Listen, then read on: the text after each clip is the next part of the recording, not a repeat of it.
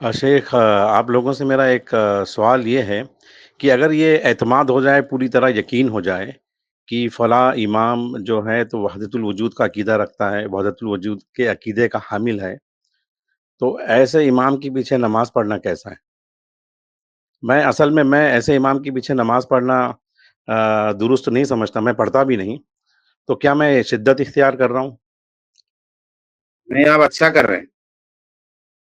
آپ کا جزاک عمل اللہ دیکھیے اصل صحیح خیر۔ ہے. میں یقین ہو جانے کا مسئلہ مرحلہ کیا ہے. اگر بعض لوگ جیسا بعض حضرات جو ہے نا وحدت الوجود لفظاً تو اس کا اقرار کرتے ہیں، لیکن معنن اس کی جو تعویل کرتے ہیں وہ تعویل وہ نہیں ہوتی جو وجودیوں کی تعویل ہے.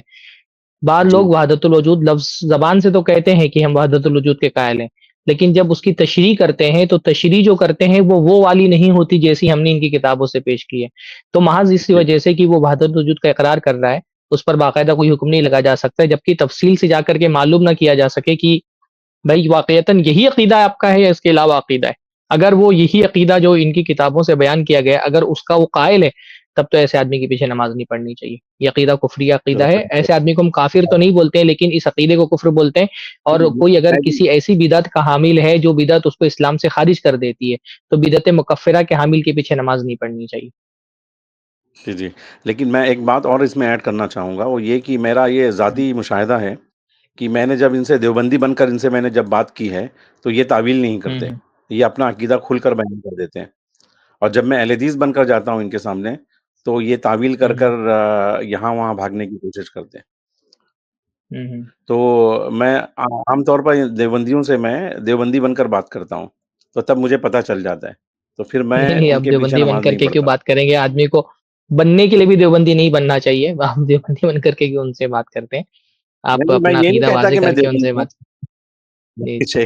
میں یہ نہیں کہتا کہ میں دیوبندی ہوں، میں ہوں ہوں. بس ان سے اس لیے کہ یہ لوگ تو کیا کرتے ہیں نا. نارملی دیکھیے ہم لوگوں نے یہ دیکھا ہے کہ عام طور پہ مسجد کے جو ائمہ ہیں نا وہ ان سب تفصیلات سے بہت زیادہ واقف نہیں ہوتے ہیں. دیوبندی مسجد میں عام طور پہ جو ائمہ ہوتے ہیں وہ عالم بھی نہیں ہوتے ہیں. بیشتر مساجد میں جی حفاظ قسم کے لوگ ہیں جو امامت کرتے ہیں، اور وہ ان سب عقائد کی گہرائیوں کو نہیں جانتے ہیں. ہمارے اس موضوع پر دیوبندی علماء سے ڈیبیٹ ہوتے رہے، بڑے بڑے علماء کو میں نے دیکھا ہے ان سے جب گفتگو کرنے بیٹھو اور ان کے سامنے کتابیں ساری رکھو تو وہ خود چونک جاتے ہیں. ان کو خود نہیں پتا ہوتا کہ ان کی کتابوں میں کیا گند بھری ہوئی ہے. نچلے درجے کے علماء. البتہ جو ان کے کبار علماء ہیں وہ سب تو یہ جانتے ہی ہیں، نہ صرف یہ کہ جانتے ہیں بلکہ اس کا دفاع بھی کرتے ہیں. تو اگر چلیے، اگر آپ کو جزاک اپنے امام کے بارے میں پتا ہے کہ واقعتاً وہ اس عقیدے کا حامل، اس حیثیت سے اس اللہ. عقیدے کا حامل ہے، اس معنی میں اس عقیدے کا حامل ہے، پھر اس کے پیچھے نماز نہیں پڑھنی چاہیے. وجودیوں کا جو شرک ہے وہ دنیا میں اس سے بڑا کوئی شرک ہی نہیں ہے.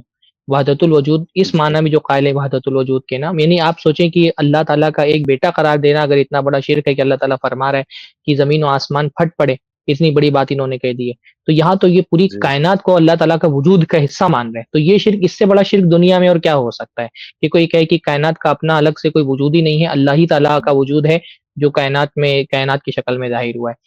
تو اس سے بڑھ کر کے کفر و شرک دنیا میں ہو ہی کیا سکتا ہے کہ آپ جو ہے وہ اس کے حامل کے پیچھے آپ نماز پڑھیں. اس سے بڑا مشرک ہی کوئی نہیں ہے جو اس طرح کی بات مانتا ہو. اور اصل میں یہ سارے صوفی ہوتے ہیں، تو صوفیوں کا کوئی بھی سلسلہ مجھے نہیں لگتا کہ میرا علم بہت کم ہے، تو جو میرا مشاہدہ اس کے مطابق مجھے صوفیوں کا کوئی سلسلہ ایسا نہیں ملا جو متشددین نہیں ہے، جو متوسط ہے، وہ لوگوں کا بھی کسی کا ایسا مجھے عقیدہ نظر نہیں آیا ابھی تک کہ وہ وحدت الوجود سے پاک ہے وہ لوگ. جی. اب صوفیوں کے تو الگ الگ اقسام رہے ہیں، مطلق یہ نہیں کہہ سکتے کہ ہر صوفی کا یہ عقیدہ ہے. جیسے اب وحدت الوجود کا انکار کرنے والا بھی صوفیہ کا ایک طبقہ ہے. جیسے مجدد سرہندی الف ثانی، جن کو مجدد الف ثانی احمد سرہندی کہا جاتا ہے، انہوں نے اپنے طور پہ اس کا بہت شدت کے ساتھ انکار کیا ہے وحدت الوجود کا. بلکہ ابھی میں ان کی کتاب پڑھ رہا تھا، اس میں انہوں نے لکھا ہے کہ یہ جو اہل ظاہر کا مسلک ہے کہ کائنات کا جو وجود ہے وہ خدا کی وجود سے الگ ہے، انہوں نے کہا سب سے سالم اور سب سے بہتر مسلک اور قرآن و سنت کے سب سے موافق مسلک یہی ہے. تو ایسا نہیں ہے، صوفیوں میں بھی ایک بہت بڑی تعداد ایسے لوگوں کی ہے جو ابن العربی کو کافر مانتی ہے اور اس کی تکفیر کرتی ہے اور وحدت الوجود کے عقیدے کا انکار کرتی ہے. اور مطلب یہ مجھے نہیں نہیں کہہ رہا میں کہ وحدت الشہود کا جو عقیدہ انہوں نے پیش کیا ہے وہ پورے طور پہ صحیح ہے، لیکن احمد سرہندی نے بہرحال اس کے رد میں ایک اچھا کام کیا ہے. بلکہ ابن عربی کے جو افکار ہیں اس کی تردید میں سب سے بڑا نام اگر قریب میں دیکھا جائے تو احمد سرہندی کا ہی ہندوستان کے اندر. تو ایسا نہیں ہے اصل کہ میں تمام جب صوفی جو ہے صوفی وہ اس کا عقیدے کے حامل ہیں، وہ اپنے طور پہ اس کو ایک طبقہ ایسے لوگوں کا ہے جو اس عقیدے کا انکار کرتا ہے.